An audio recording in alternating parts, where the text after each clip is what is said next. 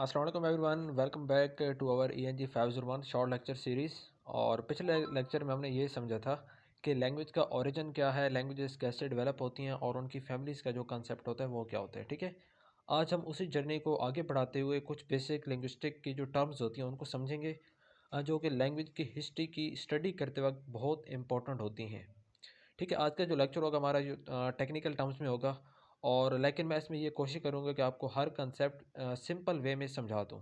ठीक है, ताकि आपको अच्छे अंदाज में समझ आ जाए। तो आज का जो हमारा लेसन नंबर 3 है, टॉपिक नंबर 11 है फ़ोनोलॉजी और लैंग्वेज डेवलपमेंट। अब सबसे पहले हम बात करते हैं कि फ़ोनोलॉजी क्या चीज़ होती है। और फ़ोनोलॉजी असल में स्टडी करती है कि किसी लैंग्वेज में साउंड्स का सिस्टम कैसे ऑर्गेनाइज्ड होता है और वो साउंड्स एक दूसरे के साथ किस तरह इंटरेक्ट करते हैं। हर लैंग्वेज का आपको पता है कि अपना एक साउंड सिस्टम होता है। ठीक है, इंग्लिश के केस में अगर हम बात करें तो इसमें तकरीबन ऑलमोस्ट आपको 44 स्पीच साउंड्स होते हैं जो मिलकर पूरी जो इंग्लिश की स्पोकन लैंग्वेज है उसको बनाते हैं। ठीक है, दोबारा मैं रिपीट करता हूँ कि इंग्लिश के अंदर 44 स्पीच साउंड्स होते हैं जो कि मिलकर पूरी इंग्लिश की जो स्पोकन लैंग्वेज है उसको बनाते हैं। अब जब हम हिस्टोरिकल डेवलपमेंट की बात करते हैं तो फोनोलॉजी का रोल यहाँ पे बहुत इंपॉर्टेंट हो जाता है, क्योंकि टाइम के साथ साथ लैंग्वेजेस के जो साउंड्स होते हैं वो भी चेंज होते रहते हैं। ठीक है, जैसे जैसे एक लर्नर या कोई भी स्टूडेंट या एक सोसाइटी नए साउंड्स को एक्वायर करती है तो उसकी जो प्रोनाउंसिएशन होती है, फ्लुएंसी होती है और जो क्लैरिटी होती है, ठीक है, वो इम्प्रूव हो जाती है। तो इसी प्रोसेस को हम फोनोलॉजिकल डेवलपमेंट कहते हैं। ठीक है, इसमें एक और इम्पॉर्टेंट चीज़ है अगर मैं आपको बताऊँ तो वो होती है जैसे हम कहते हैं इंटोनेशन, यानी कि बोलने का अंदाज़। इसमें 3 बेसिक चीज़ें शामिल होती हैं। अब जो इंटोनेशन होता है ना, उसमें 3 बेसिक चीज़ें शामिल होती हैं, जिसमें हम एक को कहते हैं पिच। पिच का मतलब होता है आवाज़ कितनी हाई या लो होती है। उसके बाद होता है स्ट्रेस। स्ट्रेस का मतलब होता है कि किस वर्ड या सिलेबल पर ज़्यादा फोकस दिया जा रहा होता है। ठीक है, कि जो वर्ड भी आप बोल रहे हैं उसमें आप या तो किसी वर्ड के ऊपर या आप किसी सिलेबल के ऊपर मतलब कि ज़्यादा फोकस कर रहे हैं। उसके बाद तीसरा है जंक्चर। जंक्चर कहते हैं जो पॉजेज़ और सेंटेंसेस आप वर्ड्स और पॉजेज़ और कनेक्शंस। ठीक है, पॉजेज़ और कनेक्शंस जो आप वर्ड्स और सेंटेंसेस को बोलते टाइम उनके दरमियान में लेते हैं। ठीक हो गया। अगर आप इंग्लिश के डिफरेंट एशंस देखें तो आपको ये पता चलता है कि जो प्रोनाउंसिएशन हर जगह थोड़ी सी डिफरेंट होती है, और ये वेरिएशन ही जो लैंग्वेज की एवोल्यूशन है उसका एक बहुत अहम हिस्सा है। ठीक है, यानी कि फोनोलॉजी हमें ये समझाती है कि लैंग्वेज का साउंड सिस्टम टाइम के साथ साथ चेंज होते रहता है, और इस चीज़ को हमने पहले बात किया, हम कहते हैं फोनोलॉजिकल डेवलपमेंट। उसके बाद जी हमारा जो नेक्स्ट टॉपिक है वो है topic 12, morphology and historical development of language. अब हम फोनोलॉजी से आगे बढ़ते हैं और सेकंड चीज़ की बात करते हैं जो कि है मॉर्फोलॉजी। तो ये सारी बेसिकली हम लिंग्विस्टिक की जो ब्रांचेस हैं उनको हम पढ़ रहे हैं। ठीक है, अब मॉर्फोलॉजी वो ब्रांच है जो वर्ड्स के स्ट्रक्चर और उनकी फॉर्मेशन जो होती है ना उसको स्टडी करती है, यानी कि एक वर्ड किस तरह बनता है और आगे फिर उसके पार्ट्स क्या होते हैं। यहाँ एक इम्पॉर्टेंट कंसेप्ट है जिसका नाम है मॉर्फीम। अब मॉर्फीम कहते हैं स्मॉलेस्ट यूनिट ऑफ मीनिंग, यानी कि किसी भी मीनिंग का जो सबसे स्मॉलेस्ट यूनिट होता है मीनिंग का, उसको हम कहते हैं मॉर्फीम। ये ज़रूरी नहीं है कि मॉर्फीम कम्प्लीटली एक वर्ड हो। ठीक है, लाजमी नहीं है कि जो मॉर्फीम है वो एक कंप्लीट वर्ड हो, बल्कि वो एक सम टाइम वो एक वर्ड का छोटा सा लाइक आप कह दें कि एक क्लास या फ्रेज भी हो सकते हैं। फॉर एग्जांपल अगर हम कहते हैं ना अनहैप्पी, तो अनहैप्पी अब एक वर्ड है, तो इसमें अन और हैप्पी दोनों अलग अलग मॉर्फीम है। ठीक है, मॉर्फीम किसी भी लफ्ज़ के टुकड़े भी हो सकते हैं और एक कंप्लीट वर्ड भी हो सकते हैं। हमने एग्जांपल देखी कि अनहैप्पी की। ठीक है, अब अनहैप्पी के अंदर जो मतलब कि अन है वो भी एक मॉर्फीम है और हैप्पी भी एक मॉर्फीम है, तो दोनों मॉर्फीम से मिलकर ये एक अनहैप्पी बना हुआ है। ठीक है, तो मॉर्फोलॉजी को समझने के लिए दो इम्पोर्टेंट प्रोसेस होते हैं। पहले को हम कहते हैं इन्फ्लेक्शन और दूसरे को हम कहते हैं डेरिवेशन। अब ये आपने लाजमी याद रखना है, मॉर्फोलॉजी को समझने के दो प्रोसेस होते हैं, एक का नाम होता है इन्फ्लेक्शन। अब इन्फ्लेक्शन जहाँ वर्ड का फॉर्म चेंज होता है लेकिन उसका बेसिक मीनिंग जो होता है ना वो सेम रहता है। ठीक है, कि जहाँ पे हम जो लफ्ज़ होता है उसका जस्ट हम उसकी फॉर्म हम चेंज करते हैं लेकिन उसका बेसिक मीनिंग सेम रहता है। जैसे कि एक वर्ब है प्ले। अब प्ले एक वर्ड है, इसको हम चेंज करेंगे, इसकी फॉर्म को दिए प्लेट बनेगा, लेकिन इसका बेसिक जो मीनिंग है ना वो खेलना ही है।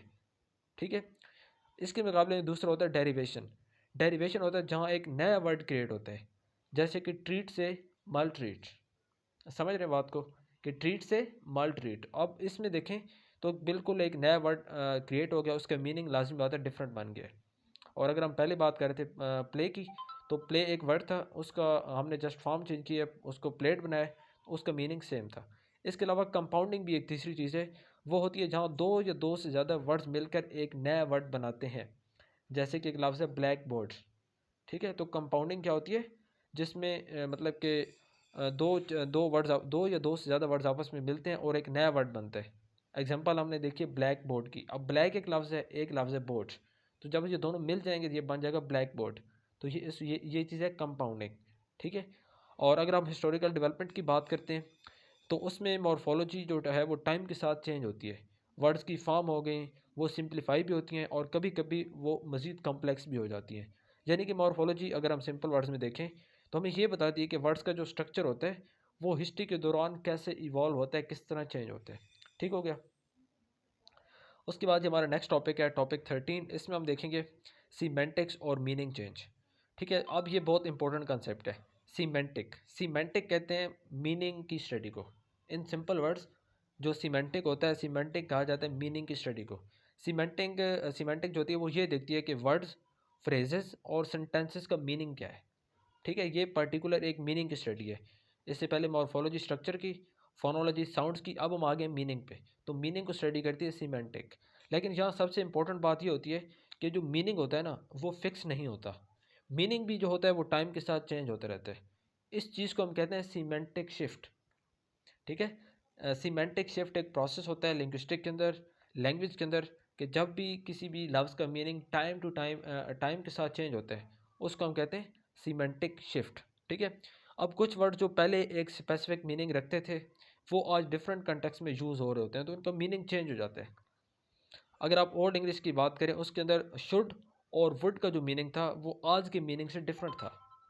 ठीक है, अब मज़ीद हम डिटेल में नहीं जा रहे हैं, मेन चीज़ आपको सिर्फ ये समझाना है कि जो सीमेंटिक शिफ्ट है वो क्या है, टाइम टू टाइम मीनिंग के अंदर चेंजेस आना। अब अगर आप लैंग्वेज की हिस्ट्री को स्टडी करना चाहते हैं तो आपको ये समझना होगा कि वर्ड का जो मीनिंग होता है ना वो कैसे और क्यों चेंज होते हैं। ठीक है, लाइक आपने हिस्ट्री को स्टडी कर रहे हैं ना, तो आपने मीनिंग की बात करें, मीनिंग को तो हमने देख लिया कि जो सीमेंटिक है वो स्टडी करते हैं। तो हम इसमें मज़ीद जब डेप्थ में जाएंगे तो हम ये चीज़ देखेंगे कि वर्ड्स का जो मीनिंग होता है वो कैसे चेंज होता है और वो क्यों चेंज होता है। अभी जस्ट हम इसका जो इंट्रोडक्शन है वो ले रहे हैं। यानी कि चेंजेस कभी कभी इंटरनल फैक्टर की वजह से भी होती हैं और कभी कभी एक्सटर्नल फैक्टर्स भी कुछ ऐसे होते हैं, जैसे कि कल्चर हो गया, सोसाइटी हो गया या टेक्नोलॉजी हो गया। इस तरह के एक्सटर्नल फैक्टर भी किसी भी मीनिंग को चेंज करते हैं। तो ये वो फैक्टर्स होते हैं। उसके बाद हमारा जो नेक्स्ट टॉपिक है वो 14 प्रैग्मेटिक्स और कॉन्टेक्स्ट। अब जो प्रैग्मेटिक्स है, इसमें हम देखेंगे कि जब हम मीनिंग की बात करते हैं तो नेचुरली एक और कंसेप्ट आता है, वो उसी को हम कहते हैं प्रैग्मेटिक। यानी कि सीमेंटिक में हमें ये बताता है कि वर्ड्स का जो लिटरल मीनिंग होता है वो क्या होता है। लेकिन प्रैग्मेटिक ये एक्सप्लेन करता है कि कॉन्टेक्स्ट के अंदर मीनिंग कैसे चेंज होता है। मतलब कि एक ही सेंटेंस का मीनिंग अगर डिफरेंट हो सकता है, वो डिपेंड करता है सिचुएशन के ऊपर, स्पीकर का इंटेंशन क्या है कि वो किस इंटेंशन से बात कर रहा है, और लिसनर का बैकग्राउंड नॉलेज क्या है।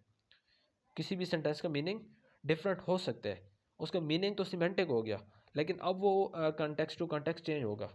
तो वो चेंज वो तीन फैक्टर्स होते हैं जिस पे डिपेंड करता है। उसमें सिचुएशन होती है, स्पीकर का इंटेंशन, और तीसरा होता है बैकग्राउंड का नॉलेज जो लिसनर होते हैं। तो इन तीन चीज़ों के ऊपर जो मीनिंग होता है वो चेंज हो सकता है। अब अगर कोई कहता है कि इट्स कोल्ड हेयर, ठीक है, तो इसका मतलब सिर्फ टेम्परेचर बताना नहीं हो सकता, बल्कि ये इनडायरेक्ट रिक्वेस्ट भी हो सकती है कि प्लीज़ विंडो बंद कर दें।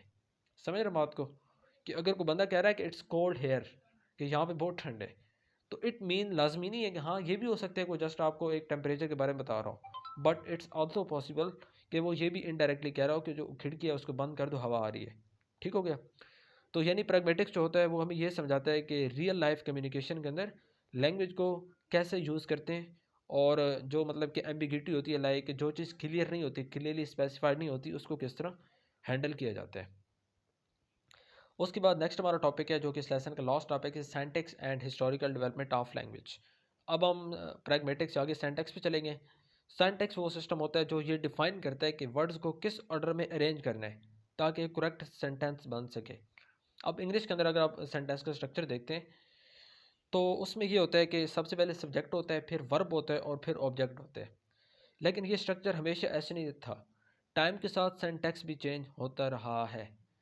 तो इंटरेस्टिंगली अगर हम बात करें सिंटैक्स का जो चेंज है फोनोलॉजी और मोर्फोलॉजी के मुकाबले में बहुत स्लो होता है, लेकिन इसका जो इम्पैक्ट होता है ना सिंटैक्स का वो बहुत डीप होता है। अगर आप लैंग्वेज को एक सिस्टम समझते हैं तो वोकेबलरी उसका एक कंटेंट होता है और सिंटैक्स जो होता है ना उसका हम उसका स्ट्रक्चर कहते हैं। जब सिंटैक्स चेंज होता है तो फिर ये होता है कि पूरी लैंग्वेज जो होती है वो उसकी शेप चेंज हो जाती है, क्योंकि जब उसका जो मतलब कि सेंटेंस को यानी कि उसका ऑर्डर होता है लाइक सब्जेक्ट वर्ब और ऑब्जेक्ट, जब ये चेंज होंगे तो लाजमी बात है पूरी लैंग्वेज के अंदर एक बड़ी चेंजेस आ जाती हैं। लेकिन ये चेंजेस होती स्लो है लेकिन डीप है। ठीक हो गया। यानी कि सिंटैक्टिक चेंज लैंग्वेज की आइडेंटिटी को डीपली अफेक्ट करता है। ये बात आपने याद रखनी कि जब भी लैंग्वेज के अंदर सिंटैक्टिक चेंज आता है यानी कि उसका सिंटैक्स चेंज होता है तो वो डीपली उस लैंग्वेज को अफेक्ट करता है। तो आज का हमारा लेसन यहाँ पे कंप्लीट हो गया है। इस लेसन को थोड़ा सा शॉर्टली ओवरव्यू करते हैं। इसमें आपने ये समझा कि फोनोलॉजी हमें साउंड का सिस्टम समझाती है। मॉर्फोलॉजी के अंदर हम वर्ड्स के जो स्ट्रक्चर होते हैं उसको एक्सप्लेन करते हैं। सिमेंटिक के अंदर हम ये स्टडी करते हैं कि मीनिंग का जो मतलब कि मीनिंग चेंज होता है वो कैसे होता है और क्यों होता है। प्रैग्मेटिक्स ने हमें ये बताया कि जो मीनिंग होता है वो कंटेक्स्ट के ऊपर डिपेंड कर रहा होता है। और सिंटैक्स से हमें ये समझ आइए कि सेंटेंस का स्ट्रक्चर की इंपॉर्टेंस क्या होती है। ठीक है। और अगर आप इन 5 चीज़ों को समझ लेना तो आप किसी भी लैंग्वेज की हिस्ट्री को काफ़ी डेप्थ के साथ एनालाइज कर सकते हैं। तो यहाँ पे हमारा जो आज का लेक्चर है वो कंप्लीट हो गया है। अगर आपको कोई भी क्वेश्चन है तो आप लोग कर सकते हैं। इसके बाद इंशाल्लाह हम लोग लेसन 4 पे जाएंगे। अगर आप चैनल पे न्यू हैं तो चैनल को सब्सक्राइब लाजमी कर लें। बेल आइकन के बटन को लाजमी आप लोगों ने प्रेस करना है ताकि आगे जितनी भी मैं इस तरह की लेसन की वीडियोज़ अपलोड करूँ उसका आपको फ़ायदा हो सके।